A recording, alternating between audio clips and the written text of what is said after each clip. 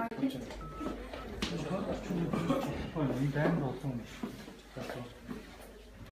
За сайн байна уу? Та бүхэн яг хэлсэн багштай. Та бүхэн нөгөө хэллийнхаа мэдээллийг бас тооцоолж өгөхөөр хугацааллаа. Шөнөө. За энэ юм та бүхний өдрийн мэндийг хүргээд ингээд өнөөдрийн алхтаа тэмцэх газраас Монгол Улсын шалгарсан Украиний хөрсөлтөй холбоотой мэдээлэл гаргасны дагуу та бүхэн одоо бас манай ажлын албанаас мэдээлэл одоо хийхээр хүрэлцээрэй байна. Ингээд сэтгүүлч нөхөд та бүхэн маань бүхний одоо мэдээллийг хүлээн авч олон нийтэд бас дамжуулж үн зөвийг бас хоёр талын тэнцвэртэй байдал талаас нь мэдээллийг хүргэнэ хаа гэж итгэж байна.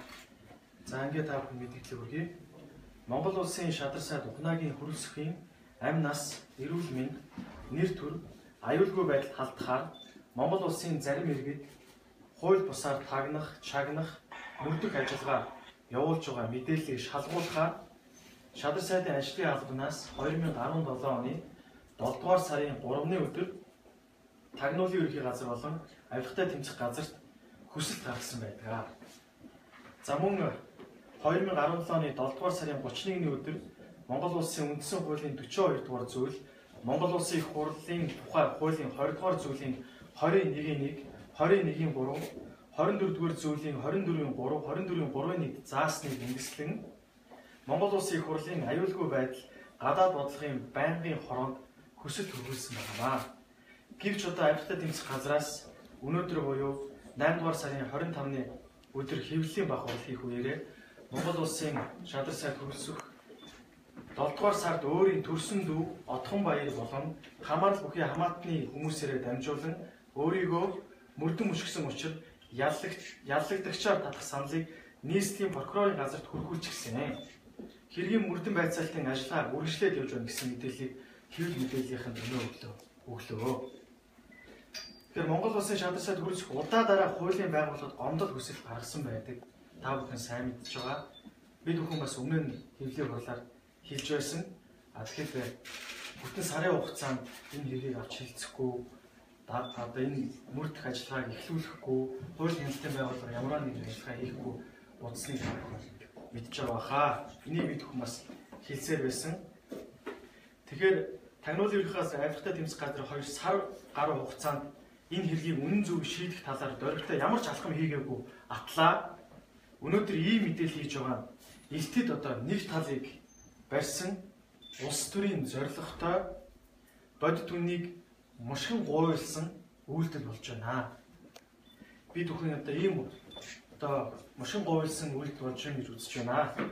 За тэгэхээр хэргийн гэрч оролцогч болох иргэн Батуулд болон холбогдох гэрчийн этгээдүүд хууль хяналтын байгууллагад хандан бодит үннийг хүлээн зөвшөөрч нотолсоор байсан. Бодит үннийг хүлээн зөвшөөрсөн 2 гэрч, за 9 10-аад оролцогч. За бүгд энэ хэргийг нотолсоор байсан. Гэтэл одоо хууль хяналтын байгууллага үнэн бодит үннийг олон нийтэд мэдээлээгүй. Өнөөдөр бид бүхэнд сэтгүүлчдэд маань авилгатай тэмцэх газар мэдээлэхдээ зөвхөн нэг талыг бариад өнөөдөр энэ хэргийн үйл явц яаж өгч байгаа вэ? За Бадарчин инх мэнд шин бэ? Зоригтын зол хоёрын үйл ажиллагаа яаж өгч байгаа вэ? Тагн чагнж хойноос нь мөрдөн мөшгсөн үйл ажиллагааны оролцогчид тэдэнтэй холбогдох үйл явц, тэдний ажил ямар шатанд явж байна вэ гэсэн талын мэдээллийг огт мэдээлсэн. Өөрөөр хэлэх юм бол илт нэг талыг барьсан улс төрийн зорилготой үйл ажиллагаа явуулаа гэж бид үзэж байна. Ингээд авилгатай тэмцэх газар болон Тагнуулын ерөнхий газрын холбогдох албан тушаалтнуудын гаргаж буй энэхүү үйлдэл нь зарим төрийн өндөр дээр албан төрийн зорилгоор хууль хүчний байгууллагыг өөрийн эрх ашигт үйлчлүүлж байгаа нь үүгээр нотлогдож байгаа маа. Нотлогдож байгаа. Ингээд удахгүй Монгол Улсын шадар сайд хөрөлсөх болон түүний одоо өмгөөлөгч нарын бодит байдлыг олон нийт өгөхөөр болж байна. За товчхондоо та бүхэнд энэ мэдээлэл ингэж хүргэж байна. Манай ажлын албаны байр суурь бол ийм байгаа.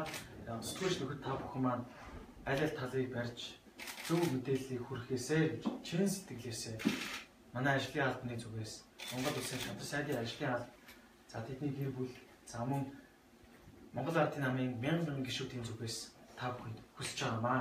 Энийг та бүхэн маань олон нийтэд мэдээлж өгөөсэй гэж хэлмээр байна. За баярлалаа. За асуултанд манай өмгөөлөгчийг одоо сайн хариулъя гэдэг хүн өмгөөлөгч дуудсан байгаа. Өнөөдөр өмгөөлөгч маань одоо шүүх хурлын ажлаар дарханд явж дараад өнөөдөр би өөрийн биеэр одоо гарч ирлээ. За тэгэхээр өмгөөлөгч маань хүрэлцэн ирээд та бүхэнд болж байгаа үйл явцын талаар за мөн одоо явахтай тэнцэх газар ямар зүйлүүд болж байгаа, гэрчүүдийг юу хий, хаана яаж хорж байгаа, байцаалтын талаар за мөн өмгөөлөгчдийн тухай, тэдний арга гэрийн болж байгаа процессуудын тухай олон нийтэд дэлгэрэнгүй мэдээлэх болно. Тийм болохоор та бүхэн маань асуултыг бас өмгөөлөгчтэй илүү дэлгэрэнгүй мэдээллийг авах байхаа та бүхэнд гэж хэлмээр байна. За баярлалаа. За шадарсаа тун утгагүй мэдээлэл өгнө. Бид бүхэн одоо олон нийтэд бол тун ойрын хугацаанд мэдээлэл одоо өгөхөөр одоо болоод байна. Бид бүхэн өнөөдрийн энэ үйл явдал бол гинтийн үйл явдал боллоо. Яагаад одоо энэ гинтийн үйл бид бүхэн одоо авирахтай тэмцэх газрыг хуулийн нэлтийн байгууллагыг арайч ингэж ийм үйл явдал гаргаж ийм нэг талыг барьж өдөр төрийн шудраг ёсыг байрлахгүй ийм үйл явдал хийн гэж огт бодсон бай. Тийм болохоор өнөөдөр бид бүхэн ярилцаад тун ойрын хугацаанд 2-3 хоногийн дотор асуудлыг шийдэж та бүхэн дэлгэрэнгүй мэдээллийг цаг тухай бүртгэхээр шийдлээ. За баярлалаа. За процессынхаа дагуу явах ёстой. Тэгээ улсын хурл шийдэх ёстой. Энэ хугацаанд шаардсан ажлаа бүх ажлаа хийсээр байгаа. За баярлалаа. Баярлалаа та.